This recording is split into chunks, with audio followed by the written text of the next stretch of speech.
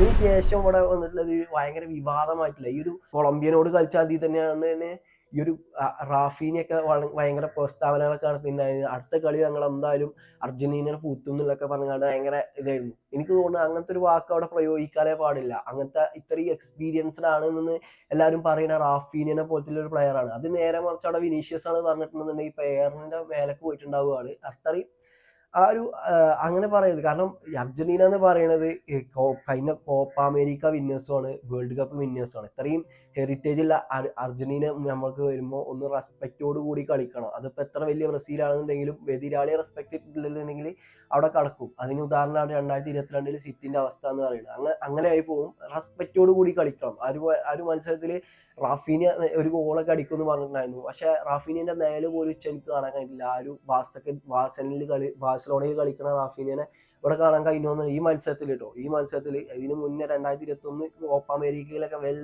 Performance നടത്തിയ ഒരാളാണ് റാഫീനിയ എന്ന് പറയുന്നത്. കഴിഞ്ഞ കോപ്പ അമേരിക്കയിലാണെങ്കിൽ ഒരു ഫ്രീ ഗോളൊക്കെ നേടാൻ സാധിച്ചിട്ടുണ്ട്. പക്ഷെ ഈ ഒരു മത്സരത്തിൽ വളരെ മങ്ങിപ്പോണ ഒരു കാഴ്ച. ആ ഒരു മത്സരത്തിൽ ഒന്നും കൂടി ബ്രൈറ്റ് ആയിട്ട് തോന്നിയത് വിനീഷ്യസിനാണ്. വിനീഷ്യസ് നല്ല രീതിയിൽ തന്നെ ത്രെഡ് ഉണ്ടാക്കാൻ നോക്കി. പക്ഷെ അവിടെ ഒരാൾ മാത്രം വിചാരിച്ചാൽ കഴിയണമെന്നുണ്ടെങ്കിൽ അത് നെയ്മറൊക്കെ ആവണം. അത്രയും ഇൻഡിവിജ്വൽ ബ്രില്യൻസ് വേണം. പക്ഷെ അവിടെയും ഈ ഒരു വിനീഷ്യസിനെ കൊണ്ടും കൂട്ടിയിട്ട് കൂടുന്നില്ല. പക്ഷെ അർജന്റീനയെ സംബന്ധിച്ചിടത്തോളം ഒരു ഗോൾ അടിക്കാന്ന്, ബ്രസീലിന്റെ പോസ്റ്റിൽ ഒരു ഗോൾ അടിക്കുക എന്ന് പറയുന്നത് വളരെ വളരെ ഈസി ടാർഗറ്റ് ഇതാണ്. ഈ ഒരു അർജന്റീന ഗോളൊക്കെ ആ ഒരു ഫസ്റ്റ് ഗോള് ഒഴിച്ച് ബാക്കി 3 ഗോൾ നോക്കിയാൽ മതി. ഒരു സൈഡിൽ നിന്ന് പോകുന്നു, ഒരു ബോക്സിലേക്ക് ഇട്ട് കൊടുക്കുന്നു, ആ ഒരു ഗോള് നല്ലൊരു ദമ്മിൽ അടിക്കുന്നു. ഗോളിക്കൊന്നും കാട്ടാൻ കഴിയുന്നില്ല, അത് നേരെ ഗോളാവുന്നു. അത്രേ ഉള്ളൂ.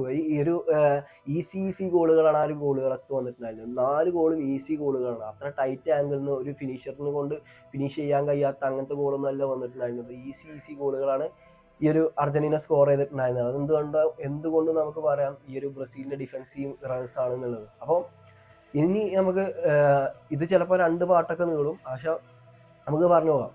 ഈ ഒരു കാർലോ ആൻസെലോട്ടി എന്നുള്ള ആളാണ് ബ്രസീലിന്റെ നെക്സ്റ്റ് ടാർഗറ്റ് എന്ന് പറയുന്നത്. അല്ലാന്നുണ്ടെങ്കിൽ ഈ ഡൊവിറാൽ വരുന്ന മുന്നേ തന്നെ ഈ ഒരു മാനേജറാകാൻ പോസിബിലിറ്റീസ് കണക്കാക്കപ്പെട്ട, ബ്രസീലിന്റെ മാനേജറാകാൻ പോസിബിലിറ്റീസ് കണക്കാക്കപ്പെട്ട ഒരു മാനേജറാണ് കാർലോ ആൻസെലോട്ടി എന്ന് പറയുന്നത്. പക്ഷെ കാർലോ ആൻസെലോട്ടിന്റെ ആ ഒരു ഇത് എന്ന് പറയുന്നത് അയാൾക്ക് ഈ ഒരു റയൽ മാഡ്രിഡിൽ സ്റ്റേ ചെയ്തുകൊണ്ട് അവിടെ ട്രോഫീസ് വിൻ ചെയ്യുക എന്നുള്ളതാണ് ടാർഗറ്റ് എന്നുള്ളത്. അതുകൊണ്ട് തന്നെ കഴിഞ്ഞ സമ്മറോട് കൂടി ഈ ഒരു അല്ലാന്നുണ്ടെങ്കിൽ ആ ഒരു ശ്രമം ഒരു ഉപേക്ഷിച്ചിട്ടുണ്ട്. ആൻസലോട്ടിനെ കൊണ്ടുവരാനുള്ള ആ ഒരു ശ്രമങ്ങൾ 2023 കൂടി തന്നെ ആ ഒരു ഇതൊക്കെ മങ്ങിപ്പോയിട്ടുണ്ട്. ആ ഒരു 2024 തുടക്കത്തിലാണ് എനിക്ക് തോന്നുന്നത് ആ ഒരു ആൻസലോട്ടി റയൽ മാഡ്രിഡിൽ കോൺട്രാക്ട് പുതുക്കിയത്. അങ്ങനെ നിൽക്കുന്ന ഒരു സാഹചര്യമാണ്. പക്ഷെ ഈ ഒരു അവസാനത്തെ ഈ ഒരു അർജന്റീനക്കെതിരെയുള്ള മത്സരം കഴിഞ്ഞപ്പോൾ ഈ ഒരു ബ്രസീൽ ഫെഡറേഷൻ വീണ്ടും ആൻസലോട്ടിക്കായിട്ട് വരുന്നുണ്ട് എന്നുള്ളതാണ്. നെക്സ്റ്റ് ജൂലൈയിൽ അല്ല ഈ കൊല്ലം ജൂലൈയിൽ നല്ലൊരു ശ്രമം ആൻസലോട്ടിക്ക് വേണ്ടി ഈ ഒരു ബ്രസീൽ ഫെഡറേഷൻ നടത്തും എന്നുള്ളതാണ്. ബ്രസീലിന് പറ്റിയൊരു മാനേജർ ആണോ എന്ന് ചോദിക്കുകയാണെന്നുണ്ടെങ്കിൽ തീർച്ചയായിട്ടും ഈ ഒരു സിറ്റുവേഷനിൽ കയറാൻ ബ്രസീൽ എന്തായാലും കാർലോ ആൻസെലോട്ടി സഹായിക്കാൻ ചാൻസ് ഉണ്ട്. കാരണം അങ്ങനത്തെ ഒരു സിറ്റുവേഷനിലാണ് ഈ ഒരു മാഡ്രിഡിനെ ഇത്രയും നിന്നുള്ള ഓളത്തിലേക്ക് ഈ ഒരു ആൻസെലോട്ടി കൊണ്ടുവന്നത്. തകർന്ന് കടന്ന മാഡ്രിഡിനെ ഈ ഒരു ലെവലിൽ എത്തിച്ചത് ആൻസെലോട്ടിയാണ്. അങ്ങനത്തെ ആ ഒരു പോസിബിലിറ്റീസ് കണക്കെടുത്തിട്ട് തന്നെയാകും ഈ ഒരു ബ്രസീൽ ഫെഡറേഷൻ ഇതിന് മുതിരുന്നുള്ളത്. അതുപോലെ തന്നെ വേറൊരു ഇത് പറയുന്നത് ഈ ഒരു ആൻസെലോട്ടിക്ക് കുറെ ഫേവറേറ്റ്സ് ആയിട്ടുള്ള പ്ലേയേഴ്സ് ഈ ഒരു ബ്രസീലിന്റെ ടീമിലുണ്ട്. ഉദാഹരണം നമ്മൾ പറയുകയാണെന്നുണ്ടെങ്കിൽ Vinicius, Rodrygo, Eder Militao, Endrick, ഇതൊക്കെ ഓൾറെഡി ഇപ്പോൾ ആ ടീമിൽ സ്ക്വാഡിലുള്ള പ്ലേയേഴ്സ് ആണ്. അതുപോലെ തന്നെ റിച്ചാർലിസണൊക്കെ എവർട്ടണിൽ വെച്ചുകൊണ്ട് ഈ ഒരു ആൻസെലോട്ടി മാനേജ് ചെയ്തിട്ടുണ്ട്. അതുകൊണ്ട് തന്നെ ഈ ഒരു പ്ലേയേഴ്സിനെ സംബന്ധിച്ചിടത്തോളം ഈ ആൻസെലോട്ടി വരിക എന്ന് പറയുന്നത് ഒന്നും കൂടി നല്ലൊരു കാര്യമായിട്ടേക്ക് അവർക്കും തോന്നുക. നല്ലൊരു മാനേജർ ആവും ആൻസെലോട്ടി ബ്രസീലിലേക്ക് വന്നാന്നുള്ളത്. ഈ ഒരു ബ്രസീലിന് എന്തായാലും ആൻസെലോട്ടിക്ക് കര കയറ്റി എടുക്കാൻ കഴിയുന്നുള്ളതാണ് എനിക്ക് തോന്നുന്നത്. അപ്പോൾ എന്താവുന്നൊക്കെ നമുക്ക് കണ്ടറിയാം.